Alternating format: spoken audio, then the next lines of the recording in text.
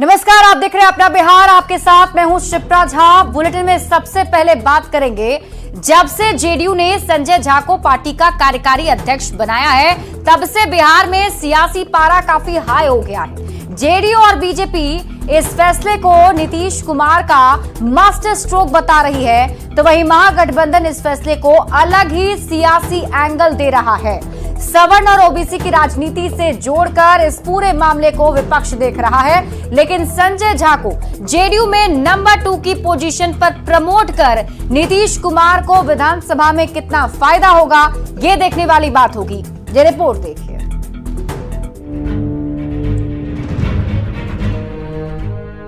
अगले साल चुनाव है, लेकिन उससे पहले जेडीयू में बड़ा बदलाव है। अब जेडीयू के कार्यकारी अध्यक्ष है संजय झा, जिन्हें नीतीश कुमार की अध्यक्षता वाली बैठक में बड़ी जिम्मेदारी सौंपी गई है। और अब सीएम नीतीश कुमार खुलकर कह रहे हैं कि उनकी ही मंशा थी संजय झा को पार्टी का कार्यकारी अध्यक्ष बनाया जाए।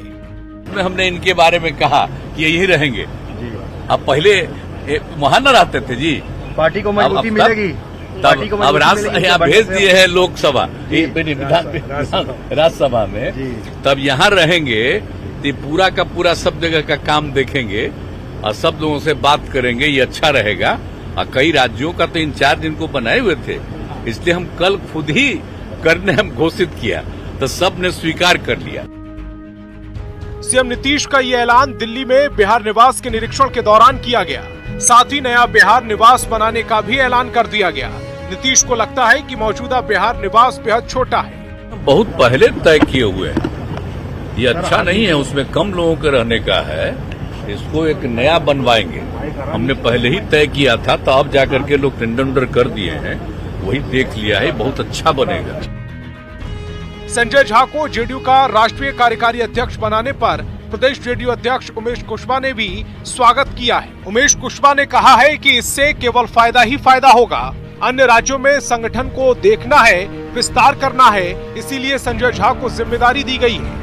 वहीं मंत्री रत्नेश सदा का मानना है कि नीतीश कुमार किसी जाति विशेष की राजनीति नहीं करते, वो तमाम जाति समुदाय के नेता हैं। कहीं दो राय नहीं है, फायदा ही फायदा होगा। और जो हमारा आप जान रहे हैं कि हमारे पार्टी के सर्वमान्य नेता माननीय मुख्यमंत्री नीतीश कुमार जी, उनके नेतृत्व में बिहार की सरकार चल रही है, तो बहुत कम मौका मिलता है देश के अन्य स्टेट में जाने के लिए और संगठन को देखने के लिए। इसके लिए कार्यकारी अध्यक्ष उनको बनाया गया है। संजय झा जी को विशेष फायदा होगा, बहुत अच्छा, माने कि उसमें लोगों को काफी उत्साह है। हमारे बिहार ही नहीं, जो देश के हमारे पार्टी के जो वर्कर हैं, कार्यकर्ता हैं, उनमें एक अलग उत्साह है।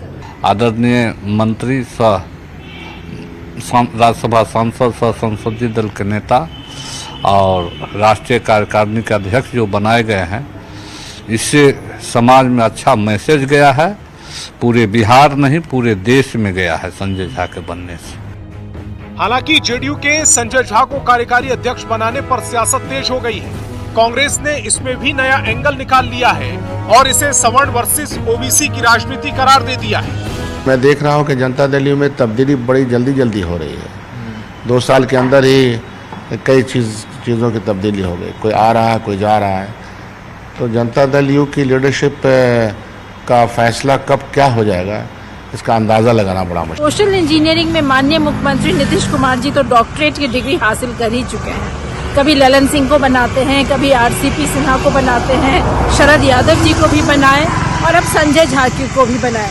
सबको बनाते हैं, फिर उसके बाद उनका पंख काट लेते हैं। ऐसा न हो कि संजय झा जी का भी पंख कट जाए। अब ये जो स्वर्ण की जाति का वो खेल रहे हैं, ये तो उनको सोचना पड़ेगा ना, ये स्वर्ण जाति नीतीश कुमार जी के वोटर्स हैं या बीजेपी के वोटर्स हैं। जेडीयू ने संजय झा को राष्ट्रीय कार्यकारी अध्यक्ष की कुर्सी सौंपी है। इस बात की चर्चा हो रही है कि नीतीश कुमार ने संजय झा को कुर्सी सौंप सोशल इंजीनियरिंग का बड़ा दांव खेला है। माना जा रहा है कि नीतीश ने जेडीयू पर लवकुश और अति पिछड़ा की पार्टी होने के ठप्पे से बाहर निकलने के लिए ये फैसला लिया है, लेकिन इसका कितना फायदा आने वाले चुनावों में होगा, ये देखने वाली बात होगी। Bureau report, news 18। और बिहार में लॉ एंड ऑर्डर को लेकर भी सियासत एक बार फिर से सुलगने लगी है। नेता प्रतिपक्ष तेजस्वी यादव के सवाल पर सम्राट चौधरी ने तीखी प्रतिक्रिया दी। सम्राट चौधरी ने कहा है कि बिहार में हर हालत में कानून का राज स्थापित होगा। सम्राट चौधरी ने तंज कसते हुए कहा कि लालू प्रसाद का राज नहीं है, जहां सीएम हाउस में बैठकर ऑर्गेनाइज्ड क्राइम किया जाता था। ये नीतीश कुमार की सरकार है, जहां पूर्ण रूप से सुशासन स्थापित रहेगा। उन्होंने इमरजेंसी पर जारी किए गए पोस्ट को लेकर लालू प्रसाद को भी घेरा।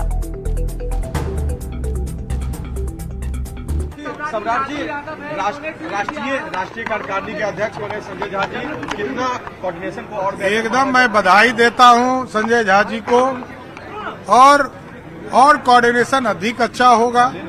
आदरणीय नीतीश कुमार जी के नेतृत्व में बिहार में सरकार भी चल रहा है और जनता दल यूनाइटेड और भारतीय जनता पार्टी और एनडीए के साथियों के साथ मिलकर इस प्रदेश को और समृद्ध बनाना है। इसमें एक संजय झा जी का और बड़ा योगदान होगा।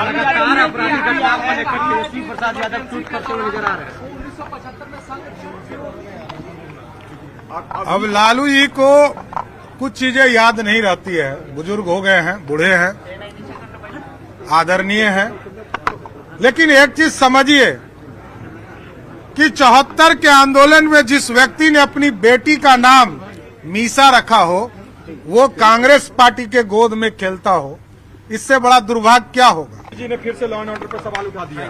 देखिए, एकदम स्पष्ट रहिए, स्पष्ट तौर पर सभी पदाधिकारी को कह दिया गया है, और कोई भी व्यक्ति, कोई भी अफसर हो, बड़े से बड़ा अफसर हो, आपको हर हालत में काम करना पड़ेगा और कानून का राज स्थापित करना पड़ेगा।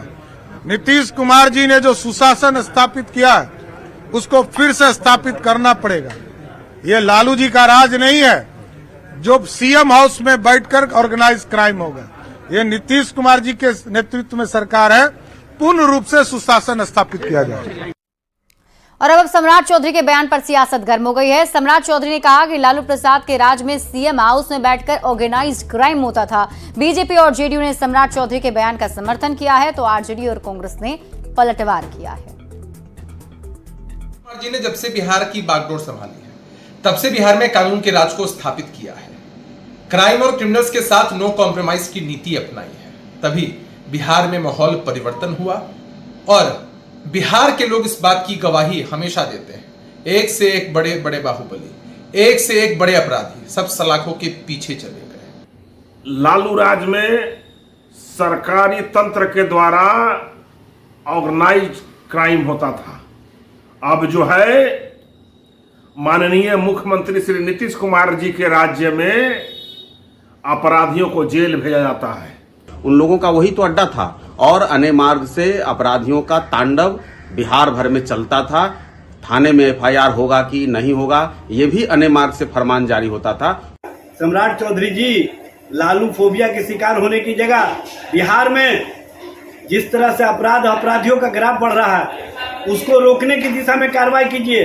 आप स्पष्ट रूप से ये बताइए कि बिहार में सत्ता केंद्रित अपराध जो बढ़ रहा है, उसको रोकने की दिशा में क्या कार्रवाई हो रही है। बिहार में एनडीए की सरकार डबल इंजन की चिल्ला के शोर मचा रही है की गारंटी है, लेकिन डबल इंजन की गारंटी का जीता जागता उदाहरण 9 दिनों में 5 पुलों का गिरना, जो दर्शाती है कि डबल स्पीड से बिहार में भ्रष्टाचार का संरक्षण बिहार सरकार दे रही है। स्वास्थ्य मंत्री मंगल पांडे ने लालू प्रसाद पर इमरजेंसी पर जारी पोस्ट को लेकर हमला बोला है। दरअसल लालू प्रसाद ने पोस्ट में इमरजेंसी को सही ठहराया है। मंगल पांडे ने कहा कि समय के साथ लालू प्रसाद का दिल भी बदला और विचार भी बदले हैं। उन्होंने ये भी कहा कि लालू प्रसाद को अपने पहले के बयान को सुनना चाहिए और माफी मांगनी चाहिए। में गए उसके पहले तक लालू जी के सारे बयान जितने भी हैं 1974 से लेके 1990 तक के सारे बयानों को उठा के देख लीजिए, तो लालू जी आज फिर माफी मांगे समाज से कि हमने जितने बयान उस समय दिए थे, उस वक्त मैंने समाज को भ्रमित किया था, मैंने उस वक्त समाज को गलत बताया था। जयप्रकाश नारायण जी के साथ मैं जो काम उस समय किया, मैंने जो लड़ाई लड़ी, वो गलत लड़ाई लड़ी। ये सब बात नहीं है। मूल बात है आज कांग्रेस के शरण में ही जीवन है। इसलिए कांग्रेस का गुणगान करना उनकी राजनीतिक मजबूरी है। इसलिए समय के साथ उनका दिल बदल रहा है, विचार बदल रहा है और बोली भी बदल रही है। जेडीयू के राष्ट्रीय प्रवक्ता केसी त्यागी ने लालू प्रसाद की ओर से इमरजेंसी को सही ठहराए जाने की कड़ी प्रतिक्रिया दी है। उन्होंने कहा कि इंदिरा गांधी ने इमरजेंसी के दौरान कई घरों को उजाड़ दिया था और कई राजनीतिक कार्यकर्ताओं को गिरफ्तार किया था। उन्होंने लालू प्रसाद के इंदिरा प्रेम को दिखावा करार दिया है। इंदिरा गांधी जी ने आपातकाल में सैकड़ों घर उजाड़े, लाखों कार्यकर्ताओं को जेल भेजा, जॉर्ज फर्नांडिस के परिवार को प्रताड़ित किया। श्री लालू जी का इंदिरा प्रेम दिखावा है। बिहार में पुल गिरने को लेकर सियासी उठापटक जारी है। पुल गिरने के सवाल पर मंत्री संतोष सुमन ने नेता प्रतिपक्ष तेजस्वी यादव पर तंज कसते हुए कहा है कि तेजस्वी यादव बिहार में नौकरी देने का क्रेडिट लेना चाहते हैं। जो रोजगार और नौकरियां उन्होंने नहीं दी तो उनको बिहार में पुल गिरने का भी क्रेडिट लेना चाहिए, क्योंकि जब वो 17 महीने डिप्टी सीएम रहे, पथ मंत्री भी रहे, तो उनके ही कार्यकाल में डीपीआर और एस्टीमेट बनाने के साथ ही काम भी शुरू हुआ था। माननीय तेजस्वी यादव जी इस राज्य के उप मुख्यमंत्री रहे हैं और संयोग से पथ निर्माण के भी मंत्री रहे हैं और उनके कार्यकाल में भी इस तरह की घटना हुई थी।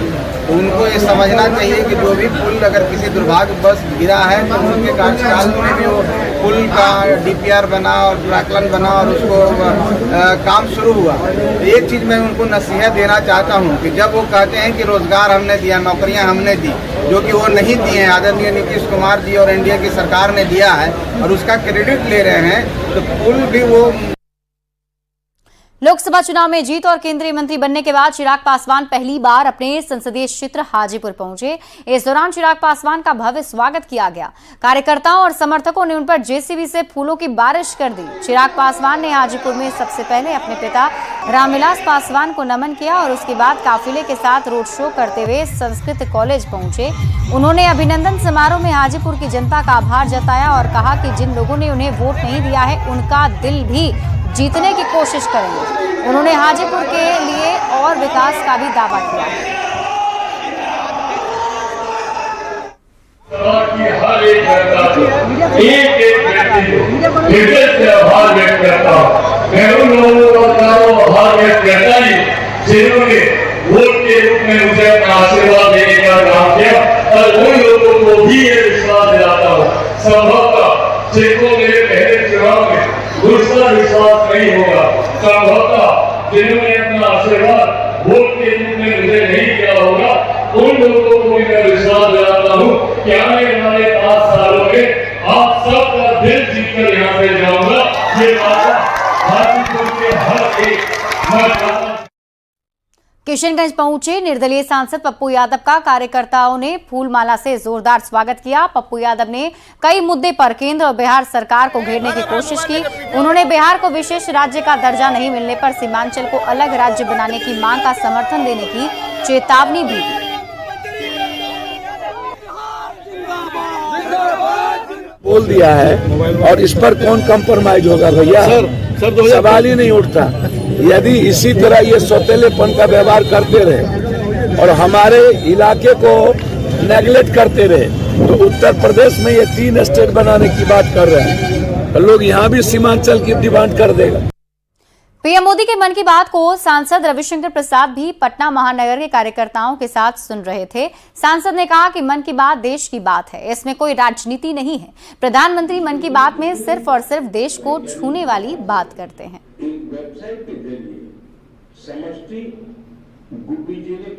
ये मन की बात देश की बात करते हैं, इसमें कोई राजनीति नहीं है।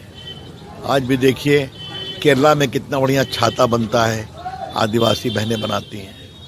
आंध्र प्रदेश का कॉफी कितना सुंदर होता है। योग दुनिया में कितना मनाया गया और ओलंपिक गेम में लोगों का उत्साह बढ़ाए।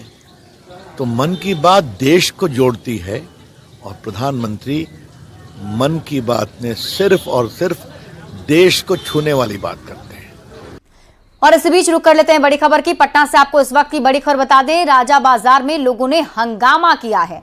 बताया जा रहा है कि सार्वजनिक रास्ते को बंद करने का आरोप लगाते हुए लोग हंगामा कर रहे हैं। पुलिस पर भी मिलीभगत का आरोप लोगों ने लगाया है और गुस्साए लोग सड़क पर उतर गए। लोगों ने सड़क को ही जाम कर दिया। मौके पर पुलिस बल को तैनात किया गया है। जाम हटाने की कोशिश पुलिस की टीम कर रही है। तो बड़ी खबर आपको पटना के राजा बाजार से बता रहे हैं, जहां ग्रामीण सड़क पर उतरकर हंगामा कर रहे थे, रोड जाम कर दिया था। लोगों का आरोप है कि सार्वजनिक रास्ते को बंद किया गया है और पुलिस पर भी मिलीभगत का आरोप लगा रहे हैं। क्या करें, हम लोग को समझ में नहीं आ रहा है। हम लोग बस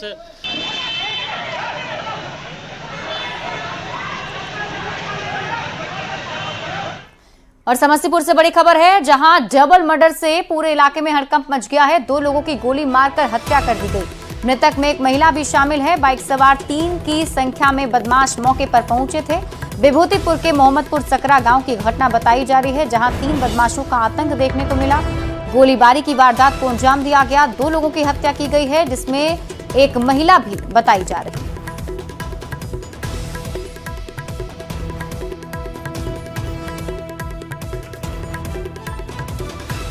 बात गोपालगंज की करेंगे, जहां पहले ही मॉनसून में पानी गोपालगंज हो गया है। मॉनसून ने दस्तक दी है। भारी बारिश होने से कई जगहों पर जल जमाव हो गया है, जिससे आने वाले लोगों के लिए मुसीबत खड़ी हो गई है। एक तरफ झुलसाने वाली गर्मी से राहत मिली है, तो वहीं दूसरी तरफ बारिश कैसे लोगों के लिए मुसीबत बन गई है, गोपालगंज की इन तस्वीरों से जानिए। मूसलाधार बारिश से त्राहिमाम, सड़क से लेकर आंगन तक डूबे, पानी में तैर रही जिंदगानी। मॉनसून ने यूपी बिहार के सीमावर्ती जिला गोपालगंज में जोरदार दस्तक दी है। भारी बारिश से एक तरफ जहां लोगों को झुलसाने वाली गर्मी से राहत मिली, वहीं कई जगहों पर ये बारिश लोगों के लिए परेशानी का सबब बन गई है। गोपालगंज मेन रोड और इस्लामिया मोहल्ले की ये तस्वीर बताने के लिए काफी है कि आसमान से किस कदर आफत बरस रही है। सरकारी अस्पताल परिसर से लेकर मुख्य सड़कों पर पानी भर जाने से मरीजों को काफी परेशानी हो रही है। परेशानी यही है कि आने जाने का परेशानी है, रोगी को कहाँ ले जाए, कैसे ले जाए, ये बहुत बड़ा परेशानी हो गया। क्या हो गया है? बारिश से, पूरा बारिश से भरा हुआ है। अब जरा गोपालगंज नगर परिषद के मारवाड़ी मोहल्ले की ये तस्वीर देख लीजिए। बारिश इस कदर आफत बनकर आई है कि लोगों के आंगन से लेकर किचन और बेडरूम तक पानी भर गया है। घर, मोहल्ले, बाजार सब बारिश का सितम झेल रहे हैं। लोगों का कहना है कि नगर निगम ने नालों की सफाई मॉनसून से पहले नहीं करवाई, जिसकी वजह से मोहल्ले में जल भराव जैसे हालात हो गए। परेशानी यही है कि नगर पालिका से कोई सफाई नहीं होता है। देखिए घर में ठेवना पर पानी लगा हुआ है और पूरा सामान जो है डूब गया है। हम लोग के आंगन में ठेवना पर पानी लगा हुआ है, कोई सफाई नहीं हो रहा है। ये पहली बरसात का नज़ारा है। बाढ़ जैसा हालात हो गया है। बाढ़ जैसा हालात हो गया है। कौन सा मोहल्ला है? ये मरवाड़ी मोहल्ला है, ये राष्ट्रीय कचहरी। बारिश की वजह से रिहायशी इलाकों के हालात ऐसे हो गए हैं जैसे कोई उफनती नदी ने रिहायशी इलाकों का रुख कर लिया हो। फिलहाल मौसम विभाग ने 3 जुलाई तक झमाझम बारिश को लेकर अलर्ट जारी किया है। अब ऐसे में देखना ये है कि बारिश से जल भराव को लेकर जिला प्रशासन और नगर परिषद क्या कदम उठाएगा, या फिर लोगों को ऐसे ही बारिश का कहर झेलना होगा। गोपालगंज से न्यूज़ 18 के लिए संवाददाता गोविंद कुमार की रिपोर्ट। लखीसराय में मानसून की पहली बारिश के बाद किऊल नदी में पानी का बहाव तेज हो गया है। इससे किऊल नदी पर बना अस्थायी डायवर्जन बह गया। इसके जरिए किऊल और चानन प्रखंड के दर्जनों गांव को जोड़ा गया था। इस डायवर्जन से हर दिन करीब 10,000 लोग आते जाते थे। डायवर्जन बह जाने से लोगों को आने जाने में परेशानी हो रही है। फिलहाल लोग लखीसराय मुख्यालय जाने के लिए रेलवे के पुल का उपयोग करने को मजबूर हैं। लोगों ने किऊल नदी पर अस्थायी पुल बनाने की मांग की है। तो है जितना भी ज्यादा करके क्यूलियम ने लगती है। यहाँ से आदमी पब्लिक उधर सिकंदरा तरफ चकपुरा से आकर शॉर्टकट में इसे दौड़कर पकड़ता था ट्रेन। ऐसे अभी बहुत समस्या सामना करना पड़ रहा है। पुल से घूमकर जाना पड़ रहा है। अब किसी को बाइक है तो पूरा गढ़ी चौक दे करके उधर क्यूल जाता है, जब तक ट्रेन भी निकल जाता है। पहले हमको दिक्कत हो गया डॉक्टरी लाइन का, उसके बाद अभी मार्केट हम लोग का खत्म हो जाएगा, बंद हो जाएगा। अब पानी आ गया, हम लोग घूर करके कहाँ से आ पाएंगे? उतना हम लोग के पास प्रभुत्व नहीं है जो कि घूर करके आएंगे। कोई ऐसा ही जरूरत पड़ेगा, दाल नून नमक हल्दी घटेगा तो वहीं से छोटा मोटा दुकान से ले लेंगे। क्या करेंगे हम लोग? हम लोग के पास कोई व्यवस्था नहीं है। तो क्या कहेंगे आप पड़ोस पक्ष से? क्या कहेंगे, हम तो यही कहेंगे कि किसी तरह से हमारा पुल तुल बन जाए। और फिलहाल इस बुलेटिन में अभी के लिए बस इतना ही। आगे देख लेते हैं हेडलाइंस।